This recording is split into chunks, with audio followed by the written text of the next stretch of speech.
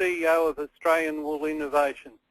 AWI is, as most of you will know, a not-for-profit company owned by more than 27,000 Australian wool growers. AWI invests in research, development and marketing along the global supply chain for Australia wool, from fibre to fashion, from wool growers through to retailers. Stuart is more than well equipped to speak with us today and to answer our questions. Stuart will spend about 40 minutes talking and allowing 20 minutes for your questions. So without further ado, I am pleased to invite Stuart McCullough to take control of the webinar. Thank you. Thank you, Noel, and I hope everyone can hear me there. Good afternoon. This is a little unusual in terms of presentation methods. Often I'm standing on a podium doing this, so it's you got no hand gestures or anything like that. In fact, today what I'll be showing you is my presentation from the annual general meeting that was held a couple of weeks ago. And it is that presentation minus some video that was in that presentation, sadly. We tried out the video yesterday and we weren't able to get that to accurately work. There is one video in there that I will show you, and I'll explain that it's more about the audio than the video, but I've left it in there as a video. As I said, this is the AGM speech. I spoke for about an hour and a half at the AGM, so I've got to condense that down a little bit, so I better get on with it. First slide I wanted to show you is the Eastern Market Indicator. I open our annual general meeting with this line each year, and I track it from November 2010. I track it from November 2010 because from AWI's point of view, that's a significant line in the sand. And why that is because in 2010, September, October, is when we returned some money. We actively engaged in some marketing activities in the Northern Hemisphere for the first time since 1996. So I show that slide, and I'll continue to show that slide year on year. That's a line in the sand for us. The other line in the sand, of course, is that red line that you will see there, and that relates to a question that I was asked when I took over as CEO in 2010 as to what was my wish. My wish back then was to see a 4-digit market indicator. All my life in the wool trade, I had witnessed 3-digit market indicators under 1,000 cents essentially, and one of the wishes was to try and get that up above 1,000 cents. We always believed that was a benchmark that would keep wool growers in their enterprise. Unfortunately, that isn't right. We know for a fact that at $10 a kilogram, where it's bouncing around today, is not sustaining or keeping wool growers in their wool growing enterprise, and they continue to turn away from it. So we can evidence in 2011, which we see as a bit of an anomaly year. After that year, there was some sort of genuine interest in returning or staying in the wool industry. So we now pitch that line up a bit higher at 1,100 cents a kilogram. Just to give you an idea in terms of the trading patterns on this slide here, you'll see the Eastern Market Indicator from 1990 through to October 1990 through to October 2014. What you're seeing there is four-year trading blocks, and why I do that is because I take it back to the reintroduction of the active reintroduction of marketing at AWI. And you can see there between 1990 and October 2010 there was an increase of 214 cents in the Eastern Market Indicator over those 20 odd years. That was the increase. In the last 4 years you've seen an increase of 239 cents. Now let me just explain this really clearly, because after the AGM there were some journalists that chose not to show up to the AGM but wanted to use these figures against us. What I show now is us taking out the 2011 year. The 2011 year was quite an anomaly, and it was an anomaly for a few reasons. We had a large number of corporates, 3 or 4 major corporate buying houses buying buying at the time. We also had some very active Chinese stock taking happening at the time in the finer microns. So just to be fair, what I've done here is not use the 239 cents as the increment of improvement over the last 4 years, but excluded the 2011 year completely, and there you will see an increase of 186 cents. So just to be fair, from October 1990 through to October 2010, we've had an increase of 214 cents a kilogram. And between October 2010 and October 2014, we've had an increase of 186 cents. So we're happy to stand by those figures, excluding the 2011 year as an anomaly year. If you want to leave it back in, it's a 239 increase. So that's the wool prices. So I like to open up with those wool prices there. One of the things that you will see with the next slide is a series of financial years, and the first one, of course, is the 12-13 year, where we worked on a 50-50 ratio of research to marketing. This is the slide, the exact slide that I went to Woolpoll with in 2012. I presented this at the wool grower forums that we did around the country, this exact slide, and all I've done since then is dropped in the budget figures and dropped in the actual figures, how the years have actually turned out, audited by PricewaterhouseCoopers. Last year,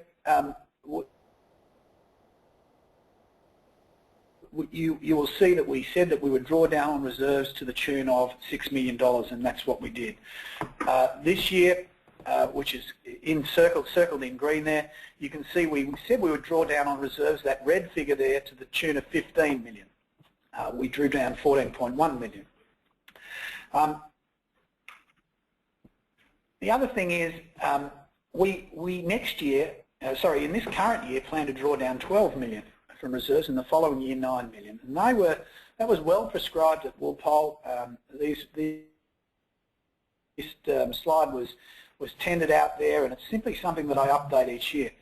Why I show it is that what you will see is that the research figures, I'm just trying to bring this up, the research figures, or the growth in research, continues even though we've changed the ratio from a 50-50 ratio to a 60-40 ratio. That's what we said we'd do, that's what was planned, and it was planned through the drawdown of reserves, but we've taken it from 31.8 million in total R&D to 33.2 in the last year. We'll continue to grow on that figure, that 50-50 figure.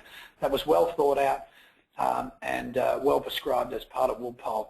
We also wanted to leave some closing equity at the end of the strategic period, the end of the 15-16 strategic period. We wanted to drag back the reserves a little bit, but leave some closing equity, and we are tracking along exactly those lines to leave in excess of $60 million in closing equity at the end of that period.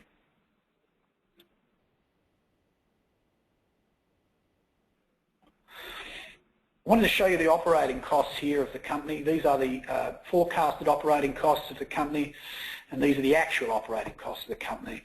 In the 14-15 year that we're currently in, we will have operating costs that are forecast in at 31 million. We believe that we can have a slightly less figure than that, and actively plan to reduce those operating costs over the next little while. There's no doubt in my mind, with the clip reducing and the price sitting where it is, stubbornly sitting where it is, that we are going to have to reduce the operating costs of this company. So they are the operating costs. I put them up every year as well.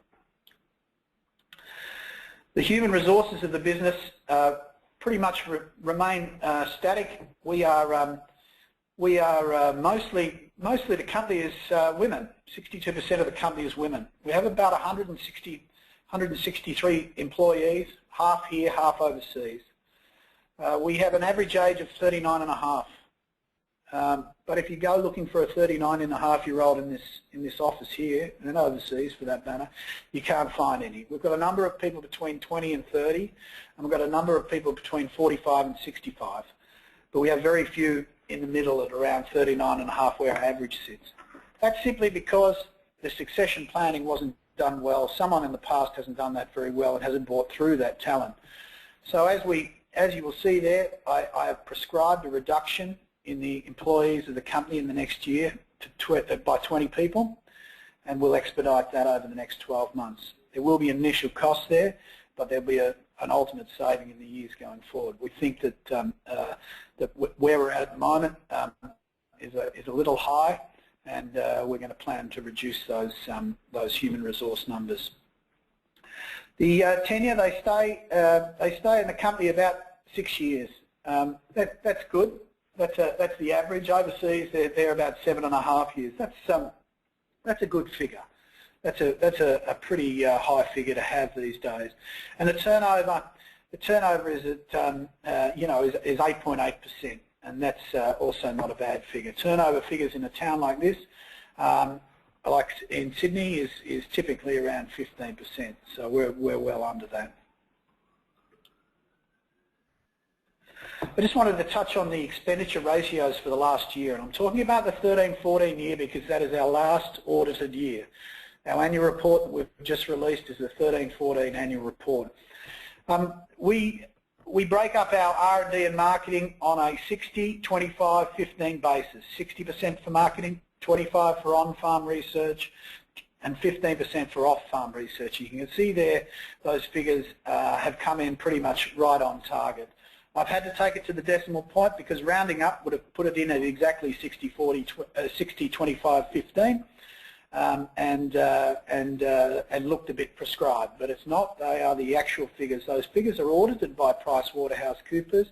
Those figures are provided to the Department of Agriculture in Canberra as a requirement of our statutory funding agreement. The dollars spent in those areas is against those percentages is exactly that, 12.2 in off-farm R&D, 21 million in on-farm R&D, and marketing attracted 49.5 million. Next year, we go into, this current fiscal year is again 15, 25, 60. Those ratios are something we've had a lot of debate over, and of course, it's very easy to state, well, you're not interested in R&D because you dropped it from a 50-50 ratio to a 60-40 ratio. You're not interested in R&D. In actual fact, the growth in dollars going into R&D, you can see there on the screen. This is the total R&D spend, and it's the total R&D spend from when I took over in 2010, early 2010, of 8.9 million to 24 million. That's the increase in R&D in those last years. So even with a change in ratio, we have been able to spend more money on R&D. Just wanted to touch now on our priorities, and this is in our strategic plan. It is designed to highlight the countries where we want to focus most of our energy, and it's no surprise there that China is high on the list. China's high on the list for a few reasons. Firstly, because they are the most significant buyer of Australian wool. They are buying in excess of 80% of Australian wool clip right now. The other reason is they have been, in the past, a wonderful converter of greasy wool garments, a woe-to-go, one-stop shop for converting greasy wool to garments. They're not only creating those garments now, they're consuming those garments, and that's really happened through the great emergence of affluence in that country. They are coming out of the shopping malls, coming out of the factories into the shopping malls, and we're seeing the Australian wool is a great beneficiary of that. As they gain affluence, they want luxury, and luxury wool will always feature in buying behaviours of luxury spenders. I did want to spend a little time here on China. We, in the last 12 months, rewritten a subsection of our strategic plan on China, and I wanted to just take you through some of those highlights and some of the activity that's going on up there. The first thing that we've done is we've commissioned a very senior marketing director. The second most senior marketing person in the company resides in China, and they are there roll out at their discretion in the tiered cities that they wish, to the demographic they wish, our marketing strategies. If you go back even years ago, there was no need to market in China. The consumption of wool in China was greatly diminished in terms of domestic consumption. Now they are buying it. They're buying it and wearing it. They've got the affluence, they've got the climate, the population to consume it in great quantities. We are certainly refocusing our strategies and realigning them to suit the appropriate place to roll out these strategies and the demographic. We've got a heavy focus, because of the vastness of China and because of the population, we're going to have a heavy focus on digital platforms, less on print media. The campaign for wool, the Prince's campaign, I'll talk about in a minute, but it is garnering really good interest there. So we're really excited about that. There are some strategies that we've rolled out there that have been so-so in terms of success. We've been quickly able to move through them, isolate them, and focus on the ones that are yielding. Some of the other more significant things that we've done in the last couple of years is we've opened a wool development centre in Shandong province. We've also opened a wool education centre in Shandong province. And we have a partner there that has been particularly generous in terms of their space, their time, and investing their own cash in these particular centres. I'll just move into a marketing section here now. First program I want to talk about is the Prince of Wales campaign for wool. In January 2010, the Prince of Wales got a group together in Yorkshire to talk about how he could bolster or how he could support the wool industries from around the world. And he initiated a program called the Campaign for Wool. The Campaign for Wool has his patronage, that costs us nothing, and has the support of all the international wool bodies. They all contribute. We contribute more, but we aim to hijack more as well, in the sense that we have a large portion of money going in. That money is prescribed and directed by our staff in the UK office, and it's predominantly, in fact majority, directed at apparel products. Most of the world's apparel wool comes from Australia. In excess of 90% of the world's apparel wool comes from Australia. So when we direct our marketing activities at apparel products, we have a high level of confidence that the major beneficiary will be a wool grower in Australia. And that's certainly the case with the Campaign for Wool. Just to give you a bit of an insight, along the bottom there you'll see a band that goes along the bottom of the programs.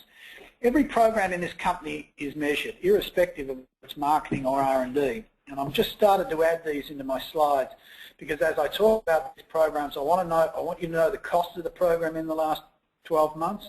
I want you to know the amount of people, the full-time equivalents, FTE, full-time, the amount of people we've got on that, the amount of partners, retail partners that we've got involved with that particular program, and the BCA, the benefit cost analysis of that program. We have an independent economist that comes in and does this work for us and does a benefit cost analysis on these programs and how they're yielding, and works across program through the macro portfolios and delivers those documents. Those documents are published on the website, the AWI website, and I think there's about 12 of those BCAs up there, and now of the Campaign for Wool as one. So as we move through these slides, you'll see that band across the bottom there. The first is CST is cost, FTE is full-time equivalent, partners, and the benefit cost analysis. So for every dollar spent, a benefit cost analysis of $4.80.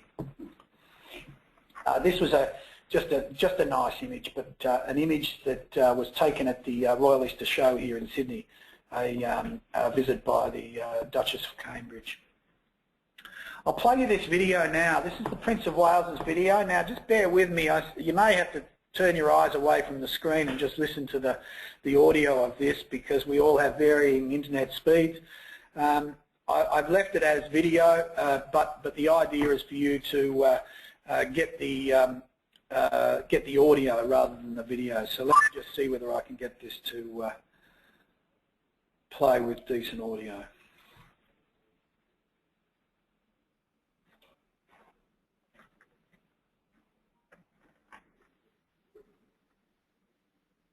Ladies and gentlemen, just 5 years into the global launch of my campaign for wool, 2015 sees the Chinese community celebrating the Year of the Sheep. I trust that everyone involved in this year's celebrations will be even more mindful of the wonderful natural gift of wool the sheep gives to us all. When I launched my campaign for wool in January 2010 to an audience of mainly British spinners, weavers, designers and retailers, I was quickly reminded by all those in the global wool supply chain of the importance of China in the processing of wool.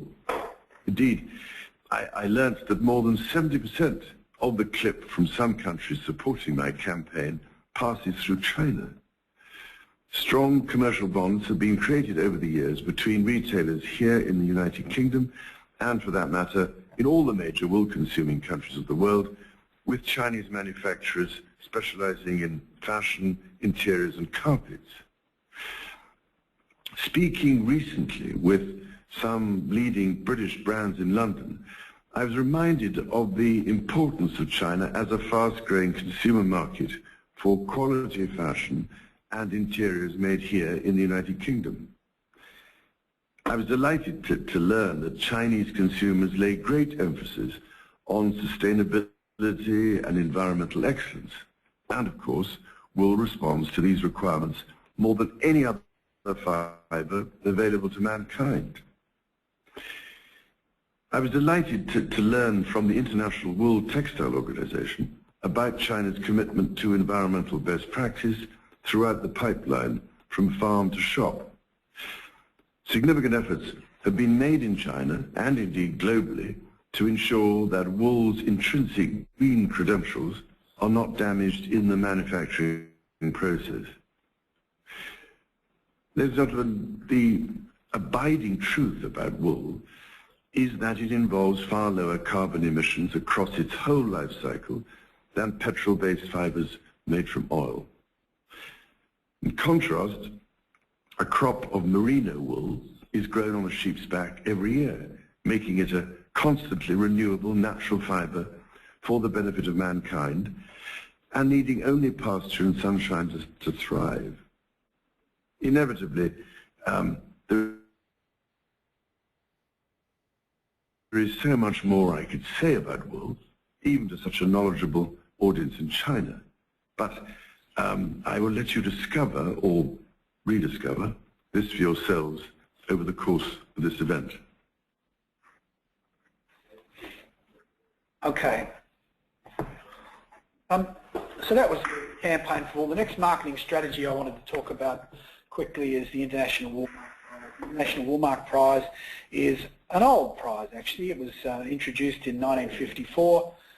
It had a couple of years running in 54, 55, then a great absence. There was a bit of, I think there was another one introduced in the late 60s, something like that, and we thought this had merit. We really thought that this was worth pursuing again, and it's a great credit to the staff here that have reintroduced this and got this back on the world stage, and it really is on the world stage. I mean, we managed to attract Victoria Beckham as one of the judges to the London event a couple of years ago, and she's just recommitted to the women's wear event in Beijing in March this year. So that is a very successful prize. It's successful because we not only hand out a cheque and a trophy, but we guarantee those emerging designers will be able to merchandise their product in some of the best retail stores around the world, and we have international retail partners involved with this program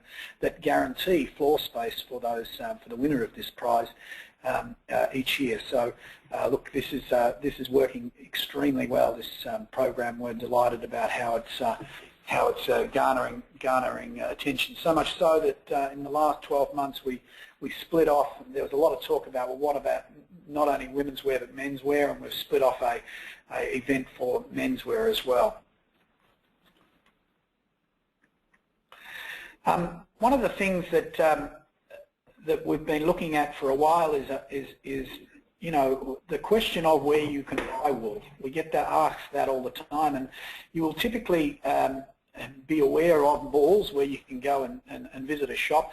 What the new thing is digital malls, and digital malls like Amazon and Net-a-Porter are very significant contributors in terms of the fashion industry, design industry today. And what we wanted to do is create an aggregator that could collect all the retailers' product from around the world, irrespective of where you were, what country, what product you were selling. What we've developed is a aggregator that searches the World Wide Web, and with some protocols, with an algorithm that drags wool products back to our website. In other words, you can go onto our merino.com website, hit shop, and search for whatever you want there, wool products. And many of these companies now are shipping to Australia. It's very attractive to ship to Australia. The internet shopping boom is quite profound here because of the tax-free threshold. We have developed this aggregator to help people find wool product from wherever they are and have it shipped to Australia.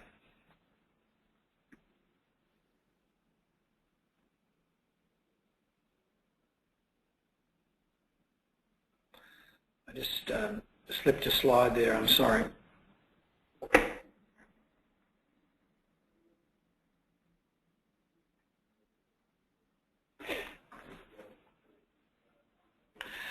The No Finer Feeling campaign continues. In the last couple of years, with other partners, we get a bit of criticism over this, and I think it's unfair. We measure this particular program more vigorously than we measure any other program in the company, and that's simply because of the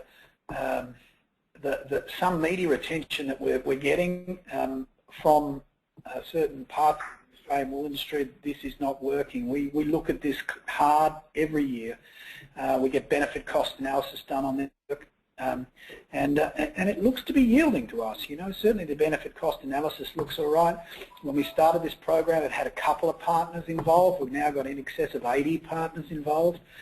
We have a good number of staff on it, and it costs a good amount of money, but it's certainly yielding. As far as we can see, it's yielding, and those partners, if that's only one measure, the partners each year continue to grow. And if you look through some of these names, they are really significant brands. The best brands of the world want to participate in this program. So, you know, at this stage, we see no reason in changing anything to do with this program. Just keep measuring it and keep telling people about what's happening with the program. We're quite confident this is returning for wool growers. Did want to touch on-farm and off-farm R&D, and it was a slide I touched on before, but just to give you an idea, we've grown research by 220% in the last 4 years. So we're not against research. We've grown it by 220% in dollar terms. Forget about the ratios. In real dollar terms, in the ground, 220% increase. This is a bit like my earlier slide, but that's a fact. They're the real dollar figures. They're the audited figures from our accounts, our annual accounts. There's no tricks here. We've got our annual reports. They're all very public on our website. You can go to them and look at these audited accounts and see what we're spending in these areas. We've got a concern, and our concern is China, really. It's got great opportunity, but it's got some risks with it as well. And certainly the effluent issues of China are being closely watched by the government there. We saw a significant increase in the standards raising of the standards in the last 12 months on effluent being pumped into the system, which wrong-footed a number of processes up there. As I said, we've got 80% of our wool clip, in excess of 80% of our wool clip going to China and being processed there. A lot of it's being consumed, but the processing, the effluent that's created from the processing of wool is under great scrutiny, and we're spending a good amount of money there trying to work with those manufacturers up there, those early stage process in grease recovery.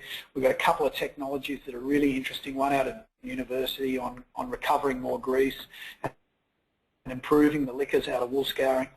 We've got another project that addresses the age-old problem of shrink resisting and using chlorine in the process of shrink resisting. A number of alternative oxidisation mediums have been tried to etch the fibre essentially before the polymer goes on. But we look like we've got a really interesting one now that can be retrofitted to most superwash lines. We've got some interesting bleaching projects on the whiteness of wool. A lot of you will say, well, wool's already white. It is, but if you lay it on a piece of A4 paper, you'll see it's more like an off-white. The permanent bleaching without photodegradation of the wool fibre is something that we've been working on for a long time, but there's something very interesting that we've got at the moment. The other technology I want to talk about, and I had a sample to show at the AGM, is a windproof, waterproof shell fabric. This technology comes out of the Optum development. Now, Optum was a technology developed in the 90s to stretch the wool fibre to make it finer. In the 90s, there was not a lot of fine wool. Now there's plenty, too much, you might say. And so much so that they wanted to stretch the wool fibre back then, and by stretching it, make it finer. So a 17 micron becomes a 15 micron, a 19 becomes a 17, so on. And this machine was developed, it was called an Optum machine, and it was designed to stretch fibre and permanently set it there. We've used it for a slightly different purpose. There's only a few of these machines left in the world, but one of them was in China. We had two other machines sitting in storage that were we couldn't sell, so I moved them up there as well, so that they could be, so that we could do product development work on these machines.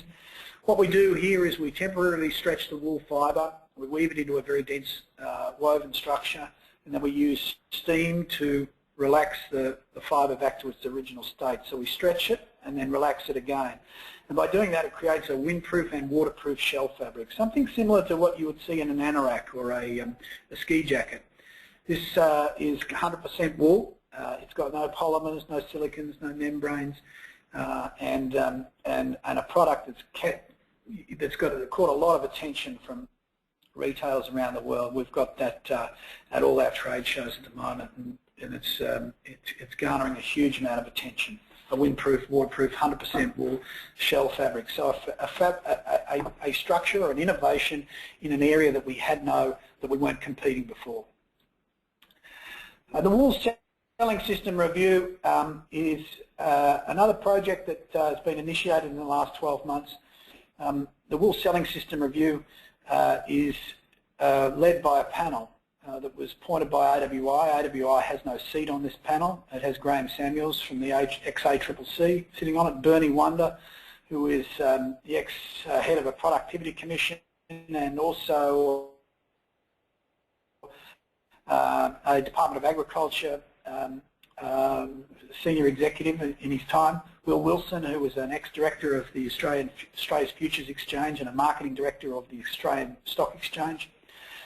Jamie Lilly, who's a broker and a buyer, and Colin Bell, who's advising this panel from a wool grower's point of view. They are the panel members. We have an executive appointed, a guy called John Roberts, who is the executive to this committee, and AWI stands its distance.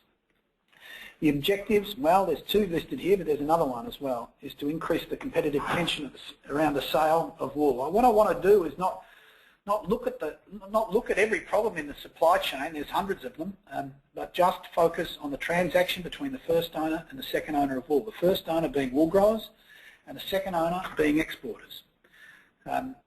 Focus on that transaction and the sale of wool at that point, at the fall of the hammer, and understand why there's a lack of competitive tension around that. Why is 95% of the Australian wool clips sold through the open cry auction system. What are all the costs related with the sale of wool at that transaction? I mean all the costs, not only who those costs are levied on, but who actually ends up paying for them, who are they passed back to. And often the case is they're passed back to the poor old wool grower. The wool grower gets copped with all these. Some of these costs the wool grower doesn't know about. So this is very much about not only those two objectives of increasing competitive tension and decreasing costs, but having a bit of transparency around this transaction too, and who those costs are going to and where they are being incurred ultimately. This is a project that was initiated in the last 12 months. We've appointed a panel. Tomorrow actually we issue an issues paper. The issues paper, the best way of explaining the issues paper is a prod in the ribs of the wool industry to submit to this, or to send in submissions to this particular panel for their review. So we have no preconceived ideas of where this might go. AWI has no preconceived ideas. The ideas and the issues of the and the problems of the Australian selling system will come from submissions, not from AWI. Those submissions will be reviewed by the panel. They will be received up to the end of February. Then there'll be a discussion paper released in April. We'll have a stakeholder workshop at some point in May, and then there'll be a final report put out somewhere between July and October next year. Just to give you an idea, I put these graphics up. They tell me that there's a few people not happy with it, but I just wanted to give you a look at what the auction room looked like, the sale room looked like in 1927, and what it looked like last couple of weeks. You know, competitive tension is a very important part of yielding for wool growers, and we think that there's a distinct lack of competitive tension at the moment. Let's see. Maybe the auction room is the perfect way to sell wool. I'm not sure. What I can't work out, what bugs us, is that every other commodity in the world, every other thing in the world can be sold with some digitalisation. But when you go to sell a bale of wool, you must show up in an auction room in Yennora or in Brooklyn, in Melbourne, or in Fremantle, and put your hand up to bid on it. There has been zero digitalisation of this process in the last couple of 100 years. The Wool Lab is another style guide, you might say, trend forecasting guide that we produce each year. We put that out, and show that at all our trade shows. This is very, very successful. We've digitalised this particular Wool Lab. You can see here I do play a little video, but or an activation that shows you how you can download this on an app and deliver that to whoever you wish. So we're very keen to make sure that not only do you get to see this face to face, but should you want to download the app, you can go through this trend forecasting tool as well. A couple of years ago we looked at the term easy care. The world used to refer to easy care products, which means machine washable essentially, and we were wondering whether the young consumer actually understood what easy care was, and we put that out for a survey, and it was clear that they did not know what easy care was, especially in relation to wool.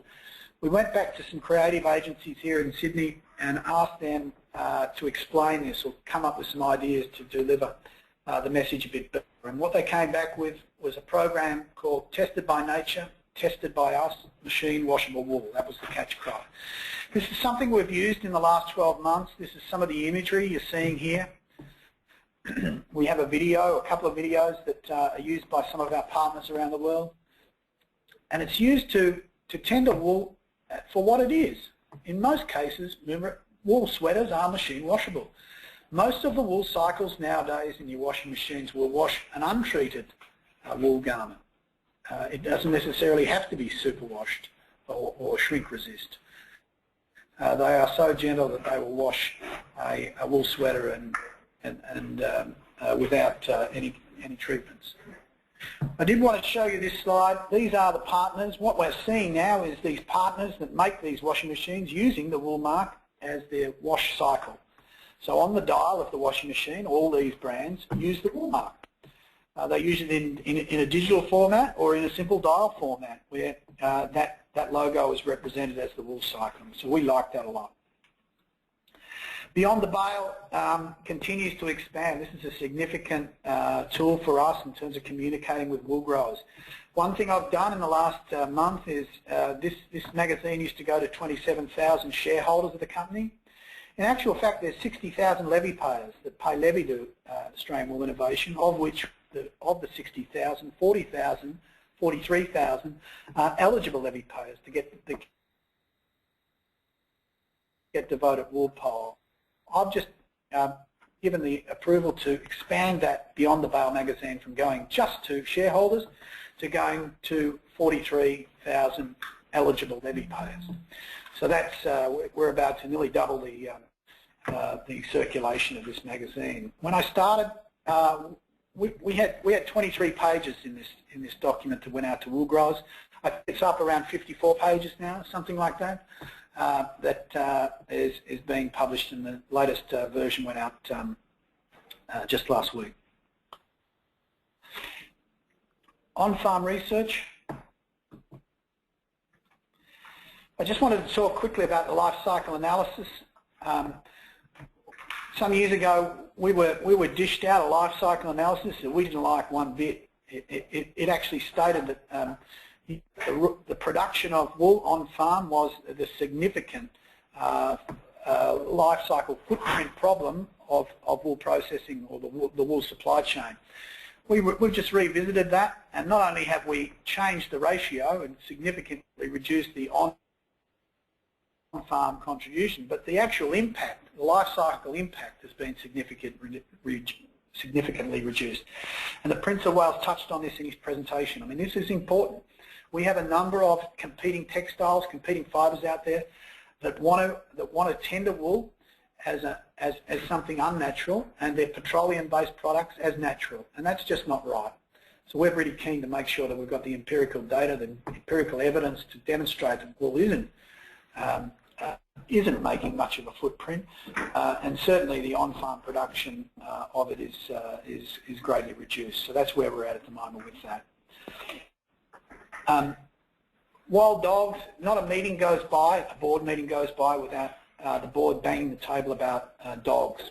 A significant issue for us, and a big problem for the Australian wool industry.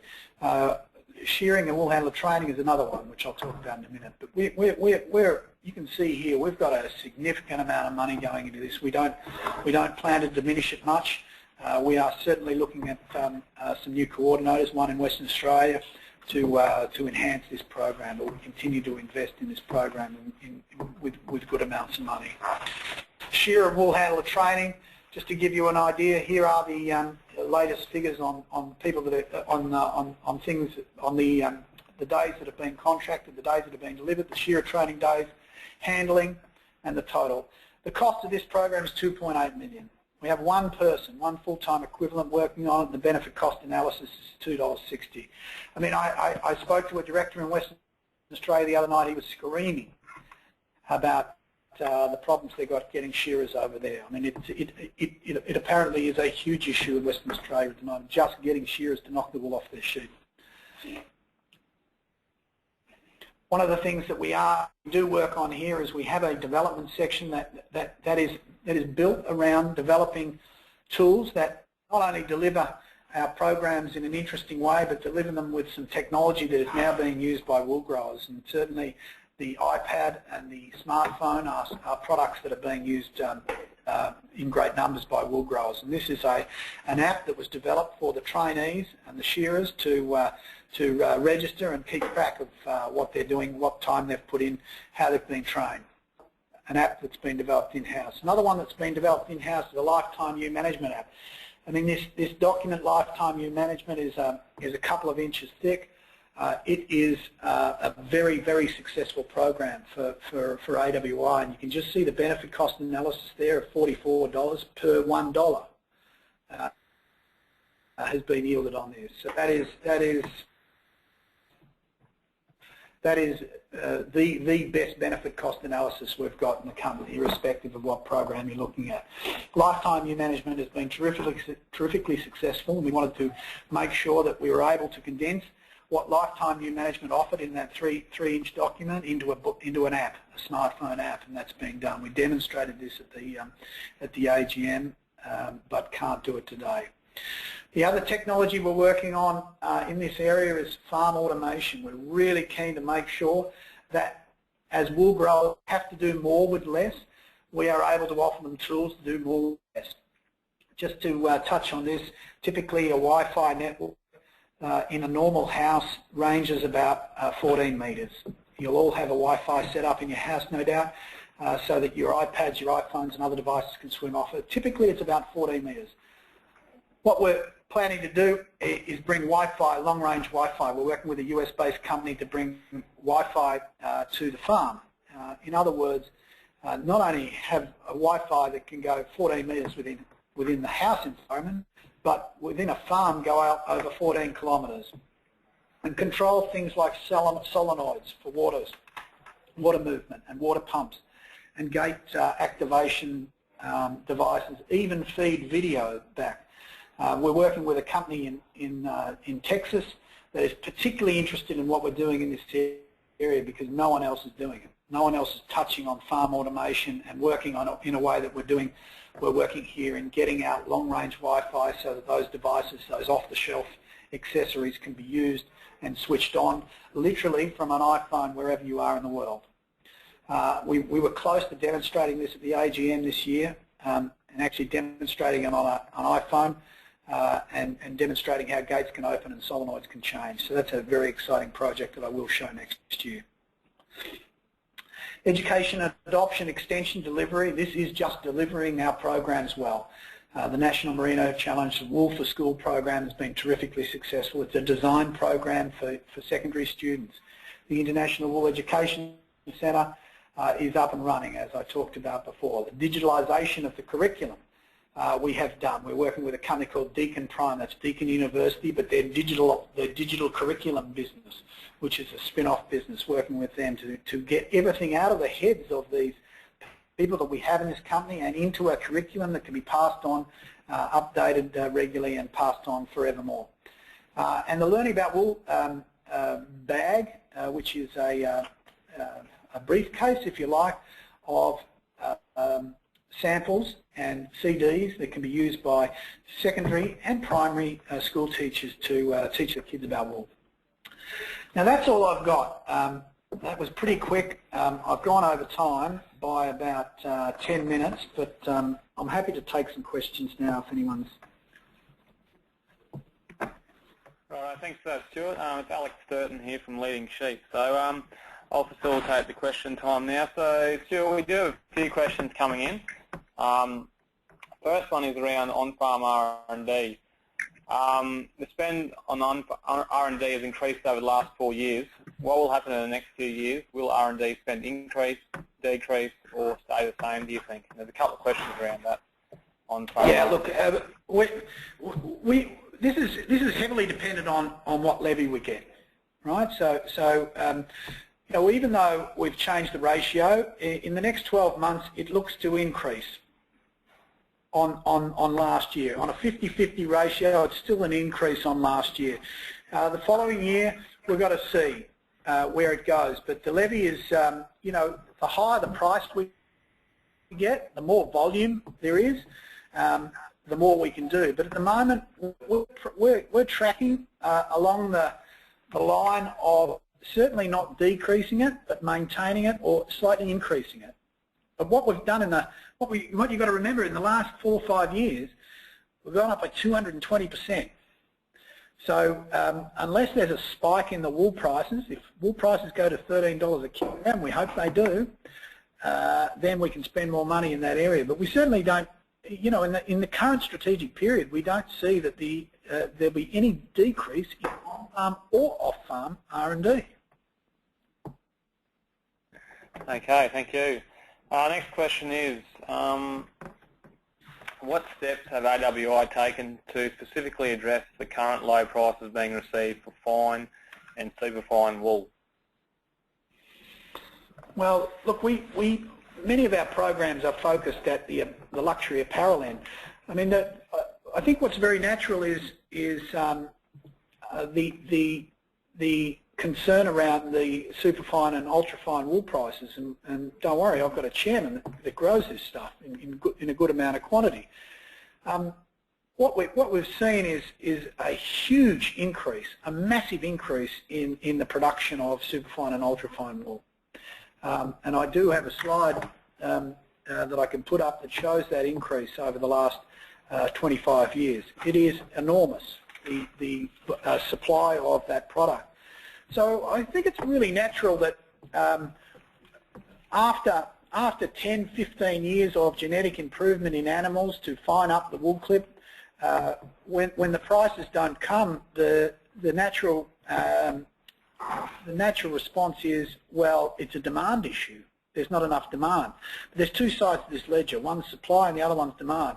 And I tell you right now, we are really struggling to lift demand slightly above supply. But many of our programs are focused in that way. You know, we are actively working in the sports and outdoor sector. We're working in the cool wool sector, which is very deconstructed, very lightweight.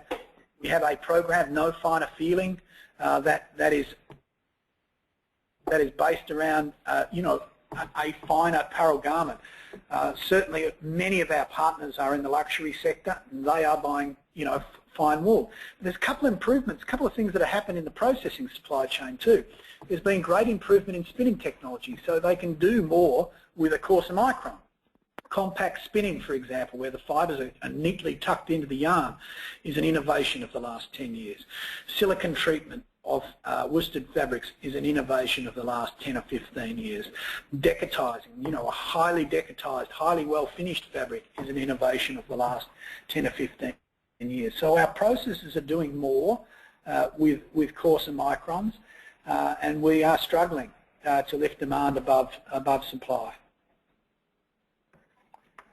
Okay, I'd encourage everyone to keep typing the questions into the question box on the right-hand side of your screen. The next question we have is back to the on-farm R&D. How has the on-farm R&D spend changed in dollar terms since AWI was formed in 2001, 2002? Have you got any figures or data on that, Stuart?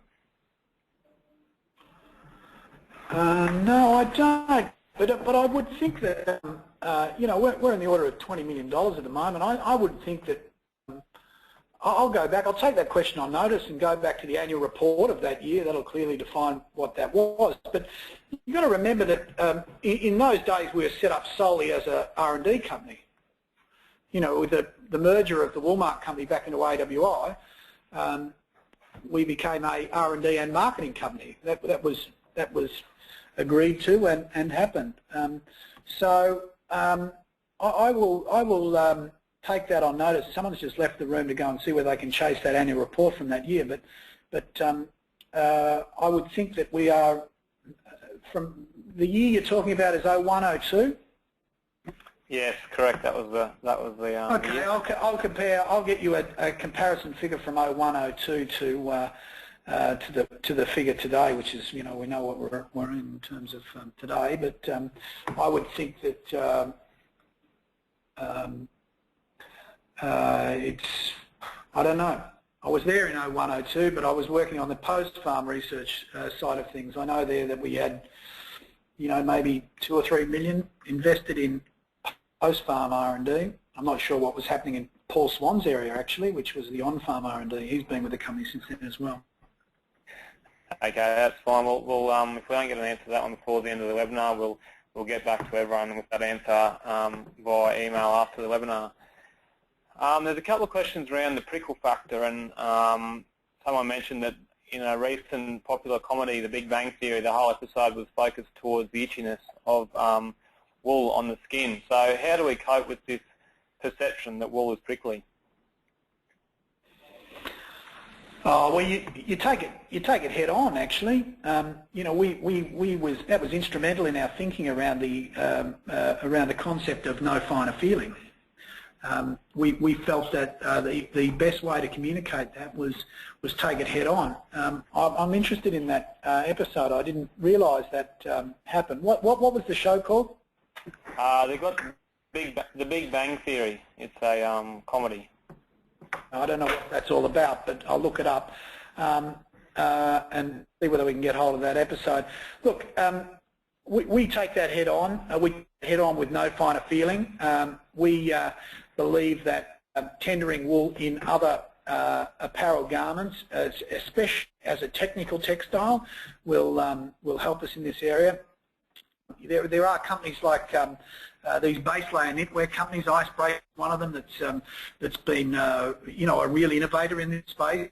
There's lots of people doing that base layer knitwear now, 28 gauge base knitwear. Again, spinning technology has changed dramatically in the last couple of years, last 10 years, say, where compact spinning has been able to tuck in the fibres. But yeah, look, we want to make sure that we're working with the right partners. We certainly have the wool mark as a quality assurance scheme, and we want to make sure that we're working with the right partners, whether that be on the marketing side or the R&D side, and that the products coming out of there aren't substandard.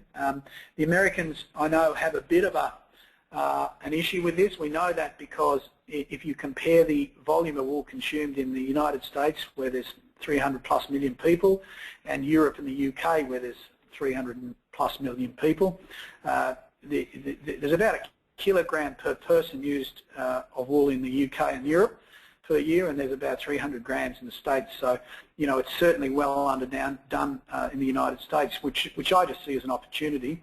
Some people used to talk about this being related back to the blankets they dished out in the war times. I'm not sure that's true. But you know, we're going to take it. We take those things head on. We want to tender wool as a no finer feeling product. We want to tender it as a luxury product, and we want to tender it as a technical textile as well. And we think that by getting into the sports and outdoor companies, the businesses that attract young people, you can change that perception. But it's not an easy one, that. All right. The next question, what are your thoughts on options plus wool? Should it be the way of the future?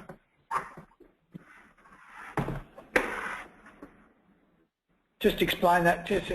Options plus is what system?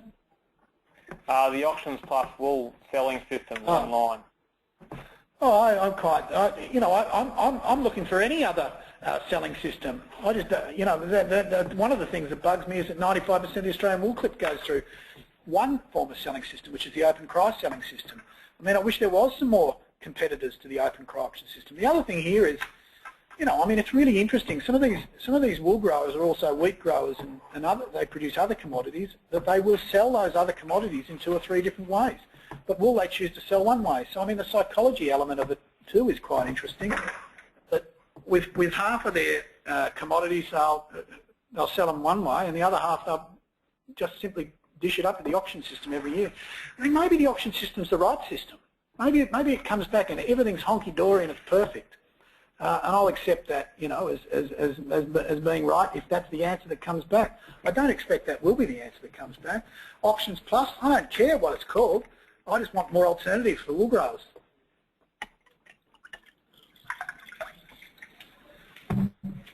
Righto.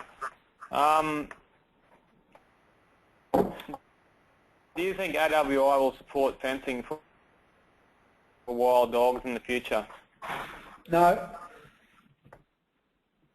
Clear answer on that one. What about? Yeah, look, we won't. I'll just elaborate because that sounded a bit blunt. But you know, we get on an annual basis we would get 20 or 30 of these applications for wild dog fences a year. No, not that many. Maybe 5 to 10 a year. And I you know, we could spend the whole R&D budget on infrastructure fences. I'd love to. You know, I would actually love to, but where do we stop here? Where do we go? Do we dish out the money, all the money for R&D into a couple of fences a year and just keep building fences, and then the AGM would be short. We'd just have one fence slide for R&D. So look, we stay out of it because you know, it's an area that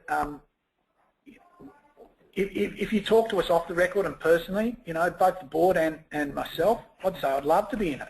I'd love to have the money to be able to provide these fences, because I think it could be I think, you know, I'm with wool growers. I think it's an answer. I think it's a genuine answer. I tell you where we should be going here is towards government, and seeing whether the government will pitch in for some of these things. I know in Western Australia they've done that around Esperance. They've dropped some money in, and the municipality around Esperance is actually being levied for that dog fence. So I think that's an interesting model, what they've done there in Esperance. Okay, thanks for that, Stuart. I'd just like to mention to everyone too that there is a short evaluation on this webinar. So if you just like to click on the link which is in your chat box or question box on the right hand side of your screen before you leave the webinar, and just fill in the short evaluation, that'd be much appreciated. The information we do use as part of Leading Sheep to inform our funders on how the events are going and what we'd like to do in the future. Next question is, who is the Senior Marketing Director in China and what is their background? The senior person we've got there, their background is from an agency side, an advertising agency. They've had 25 years experience on the agency side. They've been working with that person's been working with a brewing company in the last little while. Okay, we'll keep moving on. We've got a fair few questions coming in, and we probably won't be able to get through all these this afternoon, as we'd like to wrap up pretty soon. But I'll pass these questions on to Stuart and his team, and we'll get an answer to these and circulate them via email. But we'll just keep going. Genetics were mentioned in breeding finer wool. What is the future of funding programs like Bred Well, Fed Well to assist breeders and commercial growers? Oh, Bred Well, Fed Well. You've probably read about our view on that. We felt that the Bred Well, Fed Well program, although successful, was getting heavily weighted towards one side of the ledger, the meat side of the ledger, and we were getting a bit lost in there. We pulled out of the Bred Well, Fed Well program, but we're in the process of doing our own. We won't call it Bred Well, Fed Well, but we will have our own name for it, and it'll be heavily focused on wool growers and grow wool. So we've got a plan to spend money on that this year. That's in the development stage. Paul's working on that rather hard at the moment.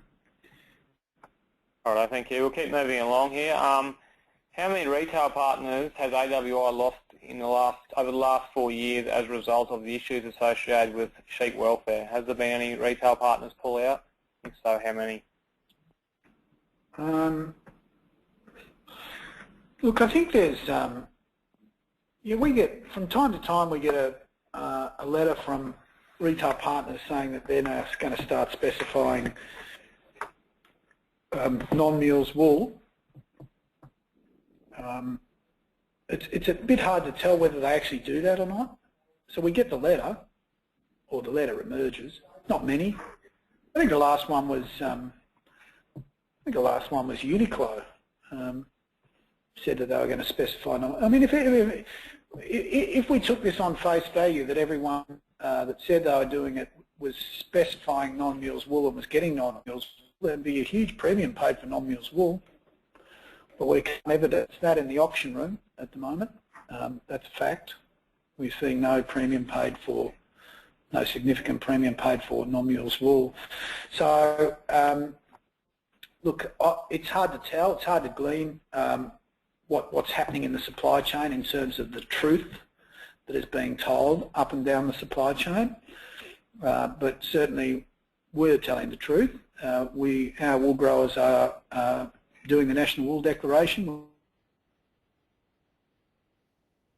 where they wish to. They are stating what they do and what they don't do, and that is fed into the supply chain. And then I'm not sure of the control measures well, I know there's limited control measures as to what's stated and what's guaranteed as it moves up the supply chain. That is of a concern to us, but something it's one of those things that is not easily controlled because of the vastness, because of the sophistication and the amount of people that touch that wool as it moves up the supply chain. Thanks for that. So Stuart, we've had reviews of wool selling systems in the past. Is it really no, we haven't. Okay, so this is the question that was coming in. Is it really necessary to do a costly review? There are many other ways to market wool. The fact that 95% is sold through auction is a testament to its success. Have you got any comments to that?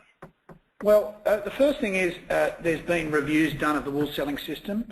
You know, we're not idiots here. The first thing you do is you go and look at what has been done in this area. Now, I can tell you, there's a few squeaky wheels out there that talk about a project that was done in 2005, which was done by a chap called Scott Champion.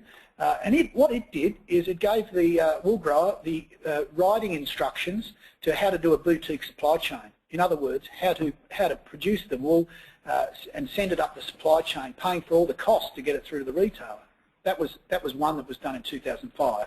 And we know that particular project very well. I happen to be here and be part of it, but it had nothing to do with the review of the selling system. Certainly not a review of the costs of the selling system, the costs around the selling system, and certainly had nothing to do with the competitive tension. Now, the second part of that question is there's a number of other ways to sell wool. Really? Are there? Auctions plus is one. I get that. That's one way. But here's what happens. You know, these selling systems that have been trialled in the past have to have liquidity. And in other words, they have to have throughput. And if they don't have throughput, they fail and they fall over. And this is part of the study as well, is to understand why they have been in the past unsuccessful. I mean, the question is posed by someone that seems to think the auction system's the be-all and end-all. I'm not convinced it is. Or maybe it is and needs some digitalisation. I don't know. But I can tell you one thing for sure. This selling system review will yield from the industry, not from one part of the industry, from the whole industry, including wool growers, what they think of the system and how they think it can be improved and where the issues are and the costs are. So we've got some really sharp guys on this particular panel, and a literature review of the things done in the past is a very important part of any first step we take with any project. So the first thing we do, and this isn't only wool selling system review, this is any project in the company, we make sure that there's a literature review so we're not double dipping or double covering work that was done by someone else in previous research. So that's AWI 101. You don't repeat work that's been done. You go back in history and do a literature search and understand what has been done and where the holes are. So if that person who asked that question would like to do two things, get me the projects, and I don't mean the Garneau report or the McCullough report or any of these. These were reports done on how to solve every problem of the Australian wool industry. This is simply a study of the transaction between the first owner and the second owner, the wool grower and the exporter. And that's what we're studying. We're studying two things there, the competition or lack of competition and the competitive tension at that point. And also we want to make publicly available those costs, who's paying for them and who ends up paying for them. Because most of the time it's the wool grower.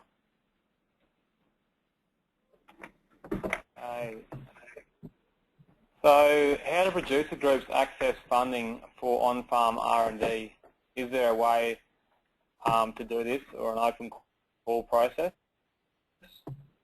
Yeah, there's an open call process for on-farm R&D every December. Every December, year. Is it? Yeah. Okay, very good. That was the next question. If so, when? So December each year. Yeah. Where do you see the EMI needing to be to encourage farmers back into growing wool? Above at $10, it's not working. At $12, there was some evidence that in 2011 we can see some evidence of sustenance, if you like. My gut says $12. I don't know. Okay. I mean, everyone's costs are different. how their balance sheets look are all different. Some have got loans, some don't. Some are in marginal areas, some aren't. So every wool grower is slightly different, but as a macro indicator, at $12 a kilogram, the 2011 year, that year we reckon we were holding wool growers at $10 a kilogram, where it's been bumping along for the last few. We're losing them. You lose them for a whole lot of different reasons too. I mean, the problem with shearers in Western Australia is one. Finding labour, another. It's hard, another. It's hard work growing sheep. So there's it's not only dollars, but I think dollars play a big part in it. At the end of the year, where they look at their their balance sheet, their P&L, and say, well, hang on, this was a really hard year. It was hard. It was hard because it was dry. It was hard because we couldn't get shearers. We're not making much money out of it. What else can we do? So, we've only got two issues in the wool trade. The first is alternative fibre use at the other end of the supply chain, and consumers at the other end of the supply chain in the Northern Hemisphere choosing other fibres for their garments, alternative fibres. If we don't convince them to buy wool, encourage them to buy wool, then those price signals don't come down the supply chain, and if they don't come down the supply chain, they don't end up in the pockets of the wool growers, and the wool growers will turn to alternative land uses. So at one end of the supply chain you've got alternative fibre uses, and at this end of the supply chain in Australia you've got alternative land uses. And if it's not profitable, they will not grow wool naturally. And I mean, even some of these wool growers that are, they've had their lives in it, they've had their parents were in it, their grandparents were in it. It's tough for them. They have a lifestyle that they like. They don't want to be out of it. But it all comes down to a P&L. The romance gets put aside, and then it becomes about finance. Alrighty, we've got two questions left. So the first one is, what's your thoughts on why do you think the corporates have exited the exporting segment? Finance. There's no romance in those bodies, I can tell you.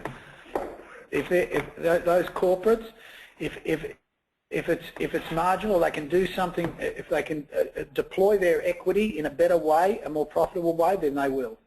That's the bottom line. And that's what wool growers are doing.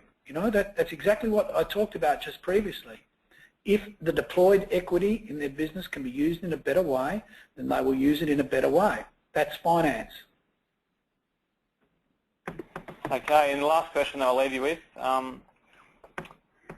What does AWI want the wool industry to look like in 2025?